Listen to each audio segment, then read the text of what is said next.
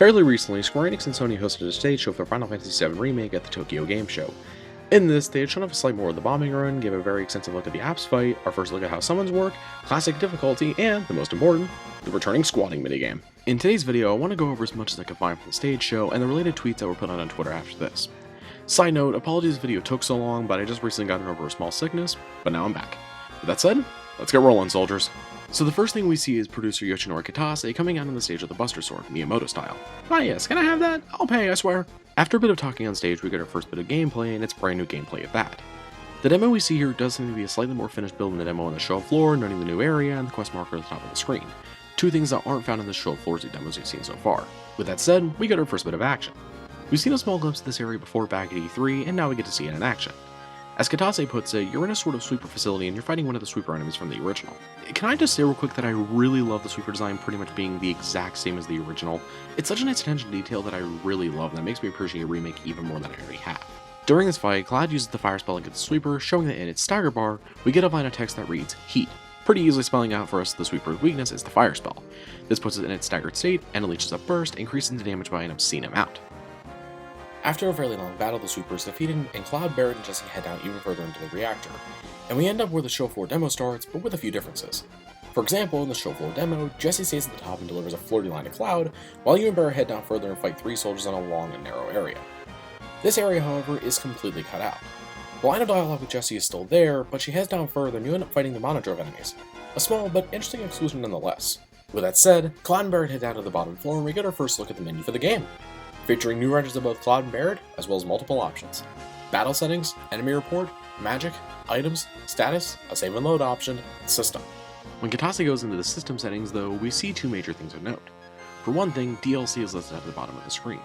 Presumably this is going to be for the DLC summons that are going to be available through the pre-orders, and maybe some costumes as well, though the latter I honestly doubt. The other one, and this is a big one, Kitase hovers over and then chooses the classic difficulty option. While it is shown later, I might as well talk about it now. In Classic, this pretty much reverts the gameplay to an automatic battle system, where your ATB bar displays when you can attack whenever it's up. And yes, this is a turn-based system in Final Fantasy VII Remake. According to the tweets on Twitter as well, Classic has the character fighting automatically, charging up their ATB gauge, and then you select a command when it fills up all the way. This, even though I won't be using it for my first playthrough, is seriously awesome for the people who wanted it. When the first ever gameplay of Remake ever got revealed, many had complained the fact that it wouldn't be using a turn-based battle system like this like the original game did. So to see that coming back into Remake with a difficulty option is such an awesome detail, but it's also a serious leveler to the people who wanted it. They didn't need to do this, but they did it anyway, and that's seriously commendable. Moving on from that massive bombshell, we see Cloud and Barret at the core of the reactor. A fun little bit of dialogue that isn't in the original game as Barret saying to Cloud, "Prove to me that you're the man Tifa says you are," when asking him to place the bomb. It wasn't in the original, but I feel like it actually made the dialogue feel way more natural. A small new thing, but we now see the option to either put the bomb at 20 or 30 minutes until detonation. While this is small, it's definitely possible that this could be the return of the dialogue options like in the original, and I'm pretty happy to see those return if this is the case. I'm not going to air at the slum drunk though. Never. When Cloud goes to set the timer, he gets a short headache from the original, however this time it's been changed. The dialogue of, "Watch out, this isn't just a reactor," has been completely removed, with now a single black feather falling into place. I think we all know what this means though. Cloud then goes to set the timer on the bomb, but then he hears the scorpion come out. We've already seen this gameplay bit back at E3, so there's not too much new to go over here. The only major difference is that it's during this fight we see our first bit of gameplay of Classic. In this, like I described earlier, we see Barret and Cloud both auto-attacking by themselves, with Kitase selecting an option from the command menu when their ATB bar fills up. After the fight with the guard scorpion, we get a very, very small tease of after the bombing run, with a small bit showing that Barret left the party. But that's all for that bit of the stage show. Thanks to the blue ball square. Overall, from what we saw, I think Remake is looking to be a major step up from every other Square title in this current gen to me. Classic looks like it'll seriously be a great option for players who want turn-based action in the game, and even though I won't be using it on my first playthrough, I'm excited for people to try it, and I hope it's seriously a great option. Now, on to the most important part of this entire presentation. Squats. The squatting minigame has returned, with a brand new music which sounds hilariously badass, but the gameplay's been changed a good bit from the original.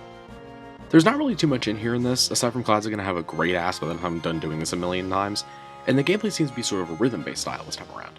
You hit square, triangle, circle, and X whenever the cursor goes over them. However, over time, the part of the UI disappears completely. Honestly, this just looks like fun, and it's just so fun to see this small but memorable minigame from the original actually return with this much time put into it. It's small, yes, but a fun section nonetheless. After that, we get to the last section, the special play movie that was shown. During this, we see extended gameplay of Tifa and Aerith alongside Cloud, fighting the Abs enemy from the original. During this, Jesus, a ton of stuff happens. First off, a small change to the original. Here, we see a first look at how summons work with Ifrit. However, it seems like summons aren't made through the red materia anymore like the original, but now a purple materia. If this is the case and I'm not wrong, this does seem like a very confusing change to be honest that I really can't give a solid explanation for why it's the case. The other one is that we get more gameplay of Tifa for the first time to C3. Of course she's a brawler, but we get to see how quick she is and how she's able to pull so much of this stuff off. She's incredibly quick and nimble on her feet while being hurt a good amount even when blocking. We also get a small look at a limit break, though sadly but unsurprisingly, doesn't include any form of mechanic where you stop a sort of slot machine like the original. Either way, it's a seriously awesome looking limit break nonetheless with a ton of flair to it. Next up, we get to see even more of Aerith. Like we saw in the TGS trailer, Aerith is a ranged character who deals different spells from a distance with her staff. We also see her use multiple spells that deal a really good bit of damage to the apps, though there is a brand new mechanic with this that I'll be going over in a little bit. Finally, we see her limit break, Healing Wind. In this, it forms a fairly large radius around Aerith that grows bigger, and then heals the other party members, just like the original, except now it's actually action-based. According to the Final Fantasy VII Twitter as well, and this is a big one, Aerith has a brand new ability. Using Triangle, she uses her unique ability called Tempest. Her Holy Circle ability creates an area in the fight, and any spell used within said area is casted repeatedly. This is a major but incredibly cool change to Aerith that moves her further from just the healer, to also being a great magic user. Really great change for her overall, but sadly that's all of Aerith's gameplay, and we only have one more thing before we get to the rest of the goods. A small detail, but Cloud has Hard Edge here as his weapon, and we actually see where he puts the materia this time. Small, but I thought I should mention it, it just shows a fun little detail within the weapon. Now, Ifrit. First of all, his design is so incredibly detailed, but also so badass looking. Second of all, his gameplay. During the boss fight, Cloud had Ifrit and the summoned materia tied to him equipped. Because of this, Cloud's attacks caused the summon gauge to fill up completely over time. When the summon gauge became full, Cloud summoned Ifrit onto the battlefield.